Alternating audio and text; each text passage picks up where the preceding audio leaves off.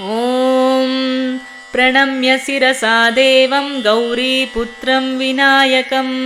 भक्तावासं स्मरेन्नित्यमायुष्कामार्धसिद्धये प्रथमं वक्रतुण्डं च एकदन्तं द्वितीयकं तृतीयं कृष्णपिङ्गाक्षं गजवक्त्रं चतुर्थकं लम्बोदरं पञ्चमं च षष्ठं विकटमेव च सप्तमं विघ्नराजं च धूम्रवर्णं तथाष्टमं नवमं फालचन्द्रं च दशमं तु विनायकम् एकादशं गणपतिं द्वादशं तु गजाननं द्वादशैतानि नामानि त्रिसन्ध्यं यः पठेन्नरः न च विघ्नभयं तस्य सर्वसिद्धिकरं परम्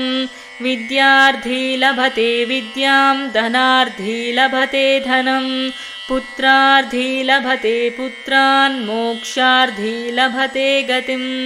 जपेत् गणपतिस्तोत्रं षड्भिर्मासैः फलं लभेत् संवत्सरेण सिद्धिं च लभते नात्र संशयः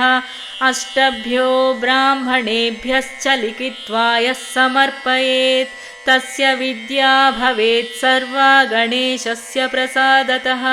इति श्रीनारदपुराणे संकष्टनाशनं नाम गणेशस्तोत्रम्।